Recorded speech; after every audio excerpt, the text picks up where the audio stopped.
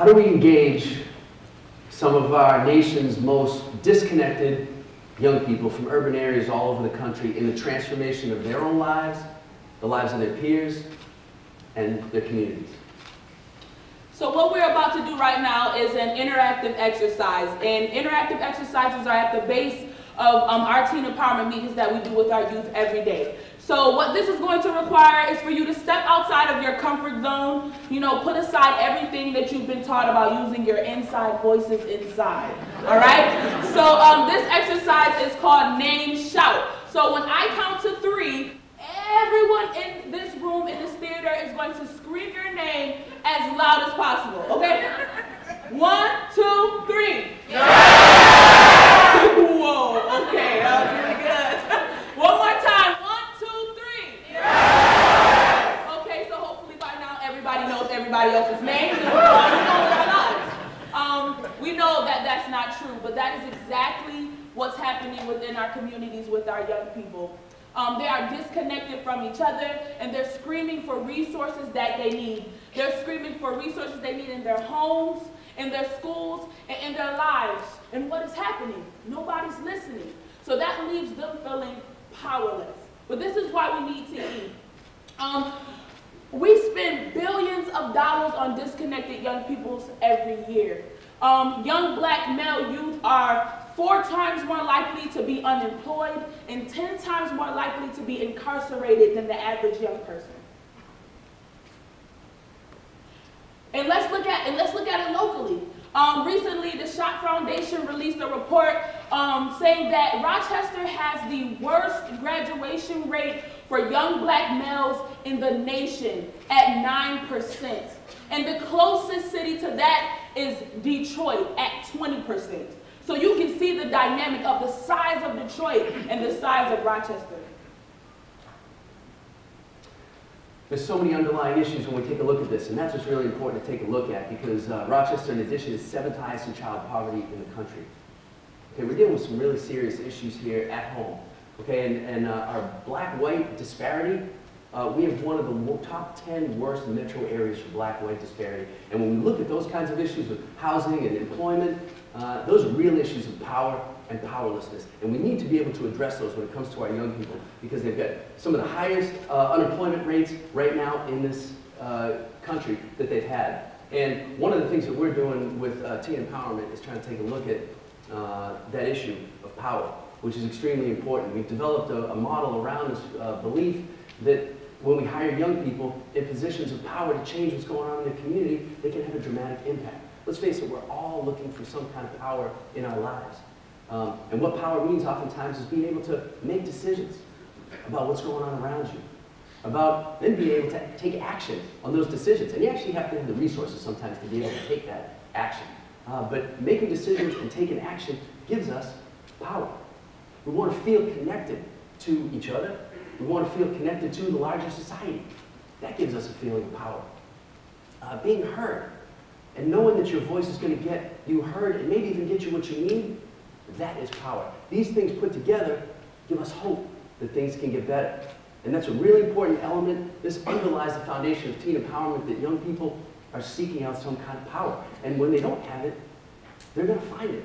And they're going to find it in ways that oftentimes we don't like, they don't like, their parents don't like. Because when you're talking about the dynamics of the levels of poverty and concentrations of poverty that we see in Rochester and urban areas across America, young people can find easy access to power. It's right outside their door. Gangs, guns, drugs, or maybe they just decide to gather in large numbers downtown. Whatever it is, they're screaming for some kind of power. We need to be able to address that. We address it by hiring young people in leadership positions to organize their peers and their community. What does that look like? Take a look at this video. Here, young people talked about how violence has affected their lives. They then connected these problems with the need for better schools, more jobs, and the importance of involving young people in the process of finding solutions. In order for anyone to change what we believe, how we act, what we strive for, we must ourselves buy in and make our voices heard. We must be active authors in writing the scripts for our lives. They complain that we're not involved in everything that's going on. The truth is, we need to have our voices heard. And when that happens, we will be involved because we feel like we're an important part of the process. Several teams of teen empowerment and members of the Rochester Police Department met today to prepare an agenda for the Youth Police Symposium. We don't want to be just figures, we want to be active. We want to know that our feelings are valid, that our point of views are valid, so that when we come to the table, we know that what we say has weight. What we say will make changes and will be important and will be considered, not just heard, dismissed, and a new agenda come about, so that we actually have a big stake in what's going on. If you want to speak, come up, speak out, and remember, teens, be powerful. It's hard to have hope when you have no material in a materialistic society. It's hard to have hope when everything around you is broken. The educational system is broken. The justice system is broken. The American financial system is broken. 5% of the population controls 90% of the world. Tell me that ain't broken.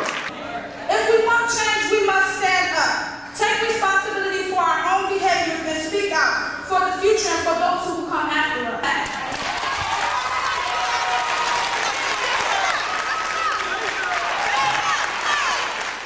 So a critical missing element as we start to look at addressing these issues is the inclusion of this type of asset-based approach that engages particularly high-risk young people in, based on their assets and based on their strengths. So the way that we started teen empowerment is by hiring them. We put these lime green flyers up all over the community. If you fly over Rochester and plane, you probably can see them light up the southwest area of the city. But it brings in hundreds of young people because they're looking for jobs and opportunities.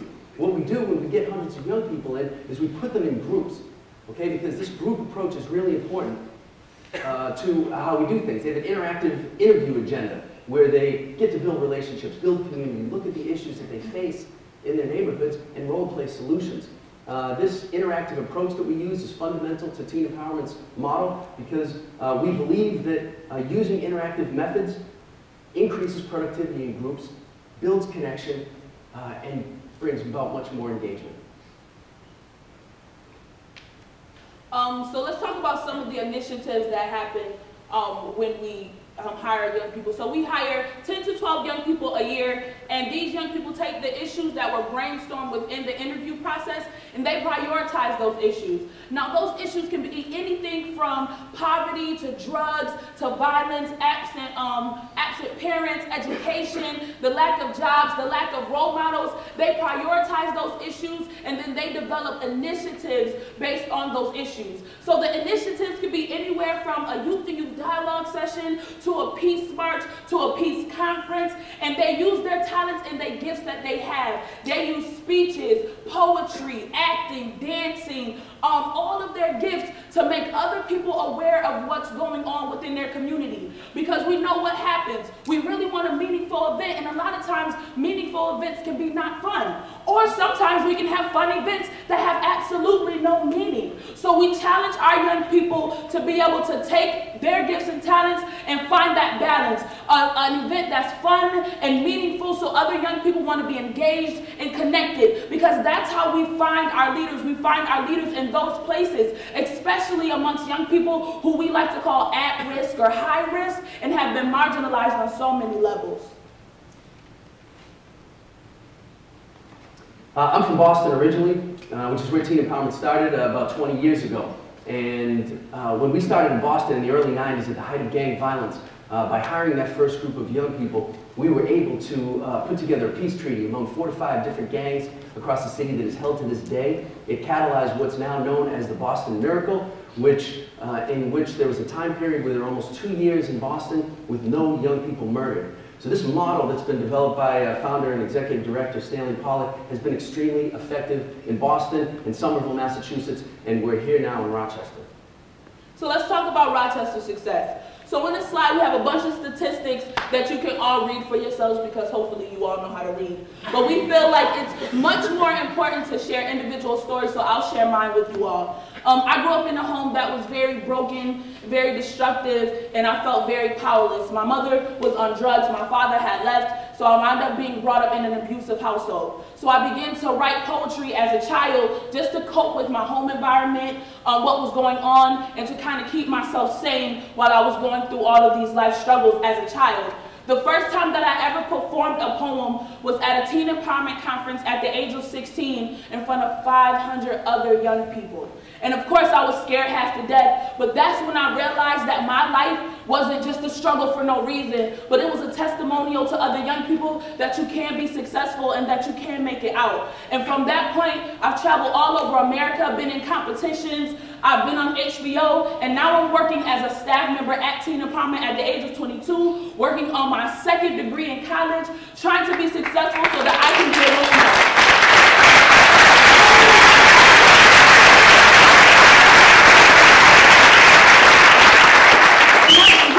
Important that our young people can see individuals come up and become something in their lives. And as much as individual growth and success is important, our main goal is changing the community. So while our young people are out putting on events, changing the community, working in the community, they are also changing themselves in the process, bettering themselves in the process. So our main goal is to change the community whilst changing young people in themselves. I know we're close to time, but I want to do one more thing that's interactive with everybody. If you can just please stand up. We're going to do a little something called hands together. I'd like to ask everybody to put your hands apart like this. Okay, what we're going to try to do is we're going to clap at the same time, bring our hands together at the same time. Ready? Clap. No, just clap. Come on. Let's try to work on this and do it together. Focus with me. One more time. Ready? Good. Everybody say it.